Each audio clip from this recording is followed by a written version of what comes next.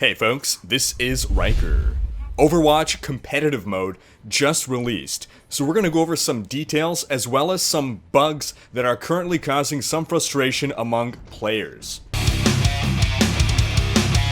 If you haven't tried competitive mode yet, this will be stuff that you should be aware of, and if you have been playing competitive mode, then maybe some of this will answer some questions you might have that have been leading to frustration. So competitive mode released June 28th on PC, June 30th on Xbox One, and releasing soon for PS4. To play competitive, you need to be level 25 or higher. That's pretty easy to get. Then you're going to play 10 placement matches before you're given a competitive rank. That rank will be between 1 and 100, with 100 being the best and 1 being the worst. Currently, we have no players ranked at either 100 or 1, and the placement matches help give you an initial calibration on where you should lie on that scale, but thereafter, it's the actual matches you play that will make you go up or go down in rank. Blizzard is planning to have 4 competitive seasons per year, so once a season is over, your rank will be reset for the next season. But this first season is actually ending on August 18th. We're getting a shorter summer season because Blizzard wants them to coincide with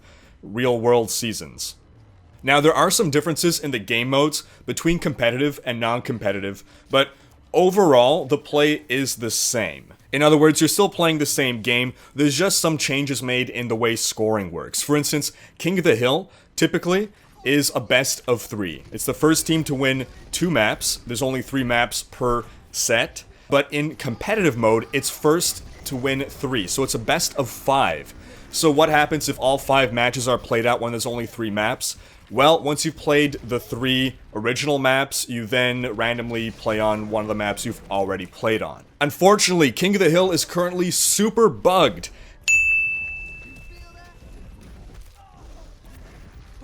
And this is leading to people not gaining nearly as much rank points as they should be getting. As a gross estimate, people are getting roughly 1/10 of the progression they get for a King of the Hill as they do for any of the other types of maps, the attack-defense maps. I mean, there's a positive and a negative to this. If you lose, then you're only losing a small percentage, but if you win, you're only winning a small percentage. So, one loss in an attack-defense map could cost you an entire rank, but a win on King of the Hill will only give you about 1/10 of your progression. There's been a lot of discussion about this, and it seems that about 8 to 10 King of the Hill matches are equivalent to 1 attack-defense. Now, one thing that you need to be aware of, though, is that you don't gain a fixed amount of progression when you win or lose. It is based on a number of factors, mostly regarding your rank. Your rank is factored in, the rank of your teammates, and the rank of your opponents. So, for instance, if your team is the underdog, if you have the lower rank than the enemy, then if you win, you're going to gain more rank points than you otherwise would. And if you lose, you'll lose less rank points. So, there is some wiggle room in the amount of points you gain and lose, depending on your teammates and your opponents. That said, that should not be accounting for the huge discrepancy we're seeing on King of the Hill, and Blizzard has acknowledged that this is a bug. Overwatch game director has been exceptionally communicative with the Overwatch community. Blizzard's really been on point. And something Jeff Kaplan said is, last night we uncovered a bug that is causing skill rating to not be adjusted properly in our control maps. That's the King of the Hill maps. Nepal, Lijiang Tower, and Ilios. This bug is a top priority right now, and we're hoping to have a fix as soon as possible. This bug is actually making me not want to play competitive until this is resolved. Why? Those are my best maps. King of the Hill is where I specialize, and if I perform worse on attack defense, and those are the ones that are going to be worth 10 times what a King of the Hill is worth, then I'm just going to be tanking my ranking. And if a lot of you people feel that, I feel I've been playing pretty well, but I'm losing a lot of ranking, if you feel you've been winning and losing about 50-50, but your rank keeps going down, pay attention to what maps you're winning on and what maps you're losing on. You might be like me, you might be better on King of the Hill, and maybe those are the ones you're winning, and you're losing the ones that are costing you more, that are more weighted according to this bug in the system. Nonetheless, I have faith that Blizzard will be resolving this very rapidly because it's kind of game-breaking for competitive right now, and Blizzard definitely wants to see competitive succeed.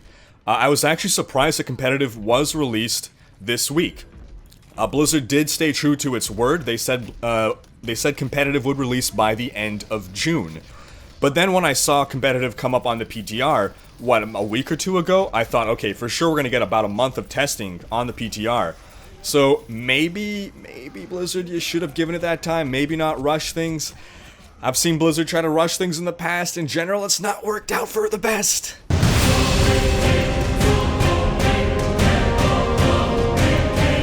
That said, Blizzard is very good at recovering, bouncing back, getting on top of things and fixing them, so I do expect things to resolve very rapidly. Now, as for the other maps, we're not going to go into an exhaustive explanation of how the scoring works, but basically, you now gain points. So anytime you reach a checkpoint or capture a point, you gain 1 point. Both teams get a turn at attack and defense, and let's say both teams lose on attack. Let's say no one successfully attacks, then it's going to be the team that gets the furthest that wins. If, however, both teams succeed on the attack, that's when we start getting into the tiebreaker rounds, and I hope when you queued up for that match, you've set aside at least an hour of your day, because that's how long this could take, guys! So again, this is the scenario. It's attack, both your teams win on attack. What happens? Well, then you both get a chance to attack again. However, the amount of time you have is reduced. You now have whatever amount of time you had left when you successfully attacked. That's how much time you now have to attack again on the new round. That said, the minimum is 2 minutes. But then what happens if both teams succeed yet again? That's when we go into sudden death. And this is the system that many people are not happy with. Sudden death does a coin flip to determine on one final round who gets to attack and who gets to defend. If the attacking team succeeds in their attack, they win. Now, we all know that on some maps, it's easier to defend, and on some maps, it's easier to attack. On some maps, it's just more likely that the attacking team will win or lose. This is normally balanced out by the fact that 2 rounds are played. So it doesn't matter if attack is at a disadvantage, because on the next round, you'll get to play defense. So the advantage and disadvantage gets swapped. But for sudden death, that is thrown out the window. It comes down to complete random chance. And again, by this point, you've likely played about an hour's worth of games to determine one match, which is then going to come down to... It's not going to entirely come down to a coin flip, but it'll be heavily influenced by a coin flip. Now, Blizzard knows people have been complaining about the sudden death system from its inception, and Blizzard is planning to change it. However, for this season, this is what we're stuck with. But for future seasons... as early as the fall season, Blizzard is working on an implementation of something that'll be different. And actually what they're thinking of right now is that instead of going to sudden death, they'll just make the game end in a draw. I've heard a lot of suggestions from people on how the game should be resolved, but I think a draw is possibly the most fair. I mean, consider this. Again, at this point, you've played out this matchup for about an hour, right? As awesome as it is to win... and as shitty as it is to have that victory robbed from you by getting instead a draw, think of how much shittier it feels to get a defeat after a 1 hour dragged out affair. I would much rather a tie over a defeat. I feel that the consolation in getting a draw rather than a defeat is greater than the cheer I would feel in gaining that victory.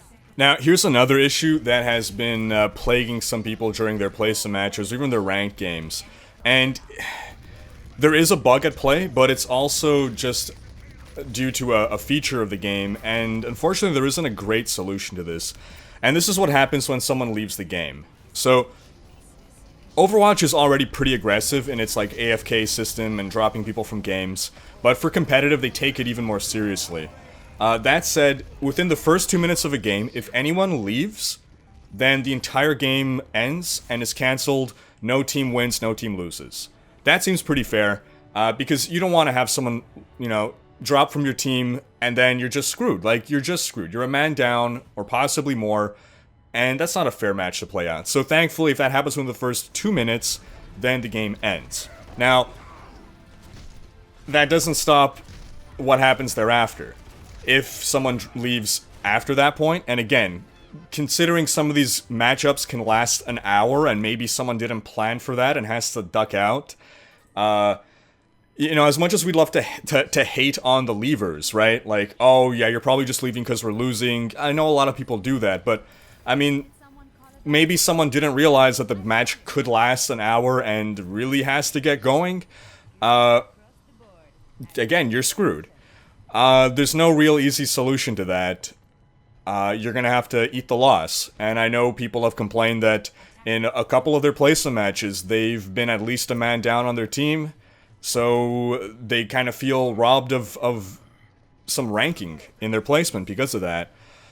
Again, there's no easy solution there, because otherwise people will start gaming the system to leave the game, to cancel a match, and whatnot. But the bug! Here's the bug, guys! So, if you get disconnected, sometimes we get internet hiccups, right? And we get dropped from a game, there is a reconnect feature. You have 1 minute grace period to rejoin the game. If, after that, if you don't manage to reconnect in a minute, you're dropped. And, as a punishment, you're not allowed to queue up again until that game ends. So you're kind of stuck. This is to stop people from just leaving games when they're losing out of frustration. And queuing up again. So you're locked out of playing again until that match resolves. This sucks for people with unstable internet connections, but, you know, what can you do about that? But the bug here, is that for some people, they get disconnected, and then they just can't reconnect. They're within that 1 minute grace period, and they're just unable to reconnect. And, the mystery continues, they're able to join another game. So it's as though that system is just suddenly dropped for them, not able to reconnect, but also not locked out of another game. So that's a bug that some people are experiencing. But here's the thing that really sucks for people that have, you know, that little network hiccup. If they get kicked from the game and then rejoin, even if their team wins, it counts as a loss for them. They get that sort of leaver penalty. The last thing we'll talk about here are the competitive play rewards that are available. You got a nice little player icon. You've got a sweet animated spray. That's the first animated spray introduced into the game. And as well as you play competitive matches, win or lose, you gain competitive points. It's a form of currency that you can use to buy. Right now, what you are able to buy is cosmetic golden weapons. So every character has a golden version of their weapon, and you can spend these competitive points on purchasing those. These are not lost once a season ends. You'll never lose these. The only way you lose these is by spending them, so you don't have to worry about, oh, the competitive season is about to end, I need to spend my coins. Don't worry, you'll get to hold on to them. So that wraps up this video. Thanks for watching. Leave a comment with your thoughts on competitive play. What's been your experience? Have you experienced any of these bugs? Have you been frustrated by any of this? Leave your thoughts. Check out these other videos, and subscribe to join Rhyker's Raiders to be alerted when the next Overwatch video goes live.